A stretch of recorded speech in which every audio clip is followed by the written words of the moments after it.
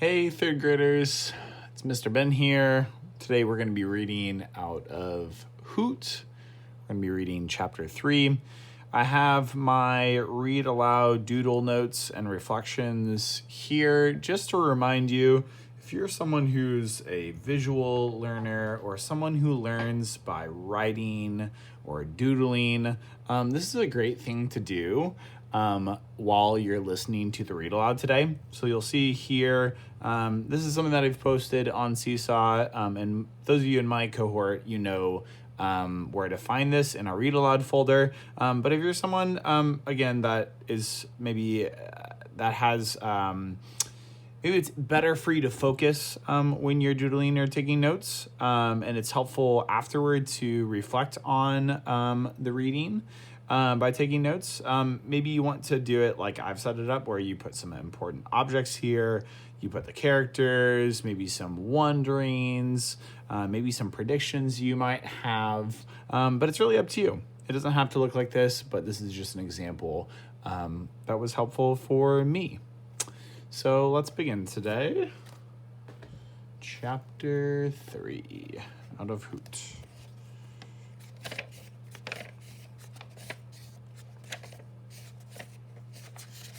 It's on page 24 is where we begin. I'll take some water first. Chapter 3. Officer Delinko shielded his eyes against the noon glare. "Took you long enough," said Curly, the construction foreman. "There was a 4-car pileup north of town," the police officer explained. With injuries?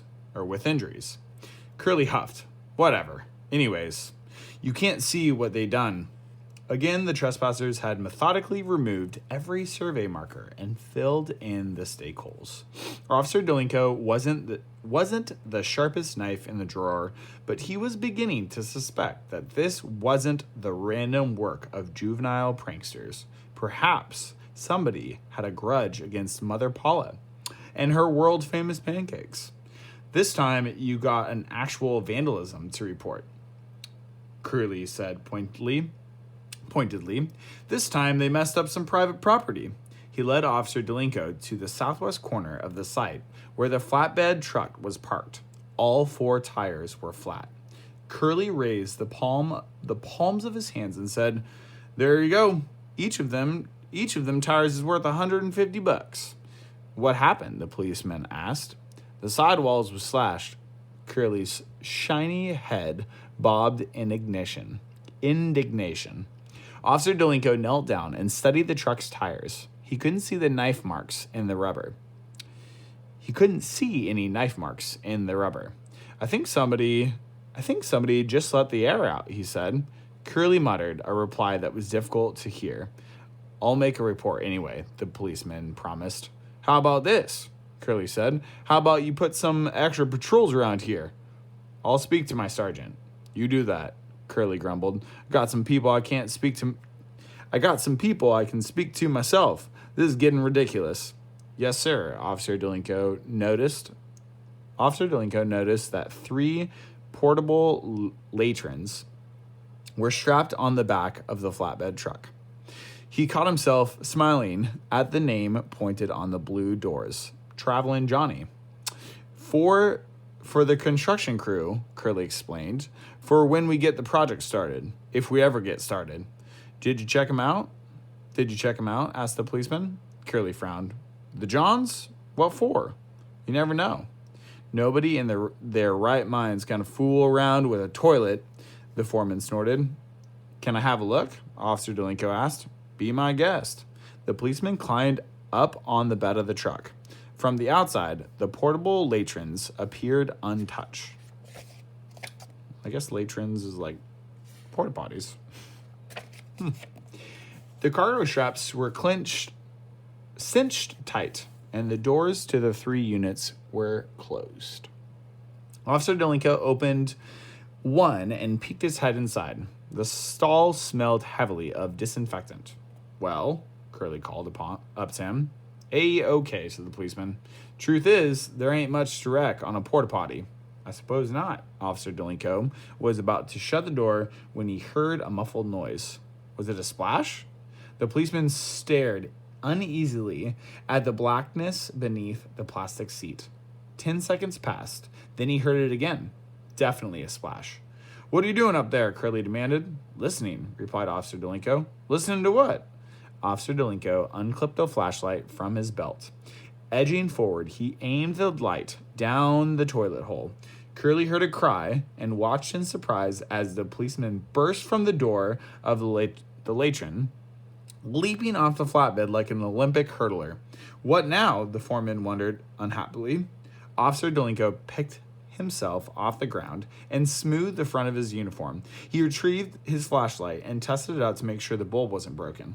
Curly handed him his hat, which had come to rest near an owl burrow. So, let's hear it, the foreman said. The policeman nodded grimly. Alligators, he declared. You're kidding me. I wish I was, said Officer Delinko. They put alligators in your potties, sir. Real, live alligators. More than one? Yes, sir. Curly was flabbergasted. Are they big gators? Officer Delinko shrugged, nodding toward the traveling Johnnies. I imagine all of them look big, he said, when they're swimming under your butt. Miss Hennenpin had notified Roy's mother, so he had to repeat the story when he got home from school, and once more when his father returned from work. Why was this young man choking you? You didn't do something to provoke him, did you? Asked Mr. Ebhart. Some water?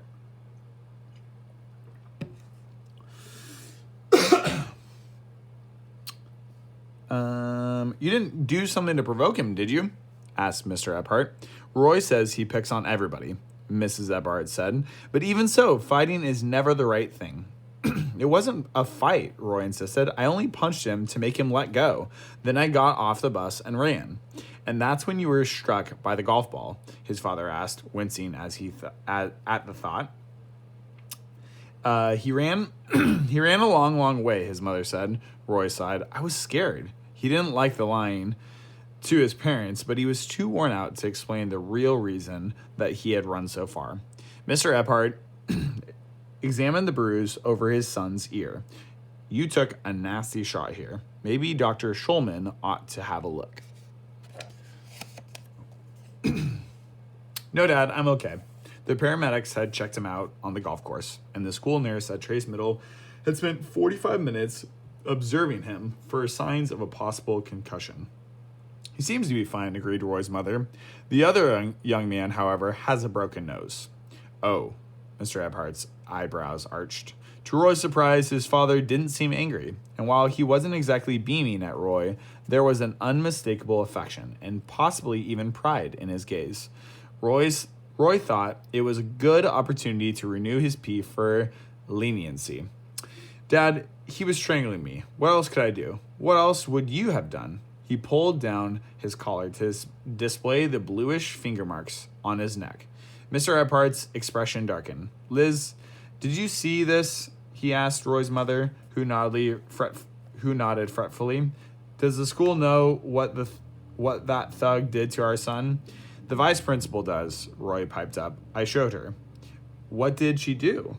Suspended me from the bus for 2 weeks. Plus, I have to write an apology. What happened to the other boy? Wasn't he disciplined too? I don't know, Dad. Because this is assault, Mr. Ebhart said, you can't choke another person. It's against the law. You mean they could arrest him? Roy didn't want to get Dana Matheson thrown in jail because then Dana's mean and equally large friends might come after him. Being the new kid in school, Roy didn't need to be making those type of enemies. His mother said, Roy, honey, they're not going to arrest him, but he needs to be taught a lesson. He could seriously hurt somebody, picking on smaller kids the way he does. Mr. Ebhart sat forward intently. What's the boy's name? Roy hesitated. He wasn't sure what his father did for a living, but he was aware it had something to do with law enforcement. Occasionally, when talking to Roy's mother, Mr. Ebhart would refer to his working for the DOJ, which Roy had deciphered as the United States Department of Justice. As much As much as Roy disliked Dana Matheson, he didn't believe the kid was worthy of the U.S. government's attention. Dana was just a big, stupid bully, and the world was full of them. Roy, please tell me, his father pressed. The boy's name is Matheson. Mrs. Ephart chimed in. Dana Matheson. At first, Roy was relieved that his father didn't write the name down, hoping it meant that he wasn't going to pursue the incident. Then Roy remembered that his father seemed to have a supernatural memory. For instance, he could still recite the batting averages of the entire starting lineup for the 1978 New York Yankees. Liz, you should call the school tomorrow, Mr. Ephart said to Mrs. Ephart, and find out if and how this boy will be disciplined for attacking Roy. First thing in the morning, Mrs. Ephart promised. Roy groaned inwardly, as it was his own fault that his parents were reacting so strongly. He should never have shown them the marks on his neck. Mom and Dad, I'll be fine. Honest, I will. Can't we just let the whole thing drop? Absolutely not, his father said firmly. Your dad's right, said Roy's mother. This is a serious matter. Now come to the kitchen and let's put some ice on your bump. Afterwards, you can work on the apology letter. Notice here the space indicates the change of scene. So on to the next one. On one wall of Roy's bedroom was a poster from the Livingston Rodeo that showed a cowboy riding a ferocious humpback bull. The cowboy held one hand high in the air, and his hat was flying off his head. Every night before turning off the lights, Roy would lie on his pillow and stare at the poster, imagining that he was the sinewy young bull rider in the picture. 8 or 9 seconds was an eternity on the top of an angry bull, but Roy imagined himself hanging on so tightly that the animal couldn't shake him no matter how furiously it tried. The seconds would tick by until finally the bull would sink to its knees in exhaustion. Then Roy would calmly climb off, waving to the roaring crowd. That's how he played the scene in his mind, at least. Maybe someday, Roy thought, hopefully, his father would be transferred back to Montana. Then Roy could learn to ride bulls like a cowboy. On the same wall of his bedroom was a yellow flyer handed out to drivers entering Yellowstone National Park. The flyer said, "Warning, many visitors have been gored by buffalo. Buffalo can weigh 2,000 pounds and can sprint at 30 miles an hour. 3 times faster than you can run. These animals may appear tame, but are wild, unpredictable, and dangerous. Do not approach buffalo." At the bottom of the handout was a drawing of a tourist being tossed on the horns of a fuming bison. The tourist's camera was flying one way and his cap was flying another, just like the cowboy's hat in the rodeo poster. Roy had saved the Yellowstone flyer because he was so amazed that anybody would be dumb enough to stroll up to a full-grown buffalo and snap its picture. Yet it happened every summer, and every summer some nitwit tourist got gored. It was exactly this sort of idiotic stunt that Dana Matheson would try, Roy thought as he contemplated his apology letter. He could easily envision the big goon trying to hop on a bison, like it was a carousel pony. Roy took a piece of lined paper out of his English folder and wrote, "Dear Dana, I'm sorry I busted your nose. I hope the bleeding has stopped. I promise not to hit you ever again as long as you don't bother me on the school bus. I think that's a fair arrangement. Most sincerely, Roy A. Ephart." He took the page downstairs and showed his mother, who frowned slightly. "Honey, it seems a little too, forceful." "What do you mean, Mom?" "It's not the content of the letter so much as the tone." She handed it to Roy's father, who read it and said, "I think the tone is exactly right, but you'd better look up arrangement in the dictionary." The police captain slumped at his desk. This wasn't how he planned to end his career. After 22 winters pounding the streets of Boston, he'd moved to Florida with the hope of 5 or 6 warm and uneventful years before retirement. Coconut Cove had sounded ideal, yet it had turned out to be the sleepy little village that the captain not to be the sleepy little village that the captain had envisioned. The place was growing like a weed. Too much traffic, too many tourists, and yes, even crime. Not nasty big city crime, but flaky Florida-style crime. How many? He asked the sergeant. The sergeant looked at Officer Delinko, who said, total of 6. 2 in each toilet? Yes, sir. How big? The largest was 4 feet even. The smallest was 31 inches, replied Officer Delinko, reading matter-of-factly from his report. Real alligators, the captain said. That's right, sir.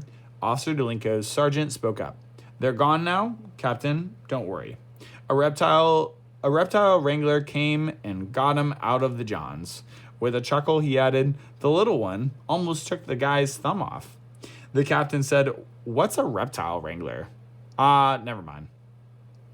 Believe it or not, we found him in the yellow pages. Figures, the captain muttered.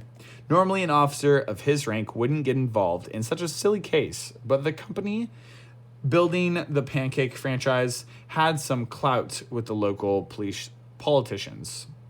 One of Mother Paula's big shots had called Councilman Grandy, who immediately chewed out the police chief, who quickly sent word down the ranks to the captain, who swiftly called for the sergeant, who instantly summoned, last and least, Officer Delinko.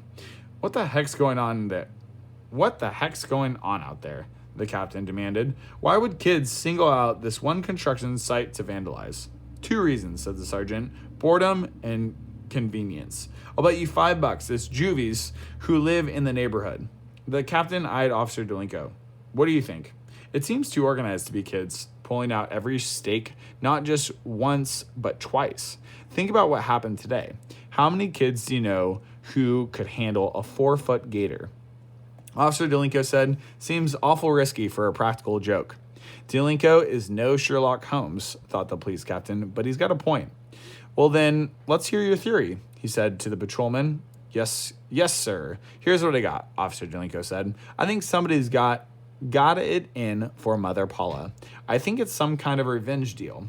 Revenge? Repeated the captain, somewhat skeptically. That's right, the patrolman said. Maybe it's a rival pancake house. The sergeant shifted uncomfortably in his chair. There is no other pancake house in Coconut Cove. Okay, said Officer Delinko, rubbing his chin. So then, how about a disgruntled customer? Maybe someone who once had a bad breakfast at Mother Paula's. The sergeant laughed. How can you mess up a flapjack? I agree, the captain said. He'd heard enough. Sergeant, I want you to send a patrol car by the construction site every hour. Yes, sir. Either you catch these vandals or you scare them away. It doesn't matter to me as long as the chief isn't getting any more phone calls from the councilman Bruce Grandy. Clear? As soon as they left the captain's office, Officer Delinko asked the sergeant if he could come in early to work the Mother Paula patrol. No way, David. That's overtime budgets. The overtime budget's tapped out. Oh, I don't want any overtime, the patrolman said. All he wanted was to solve the mystery. All right. If you're someone who would like to share your notes that you've taken on Chapter 3, please do so on Seesaw and upload it to the Read Aloud folder. Nice job, 3rd graders.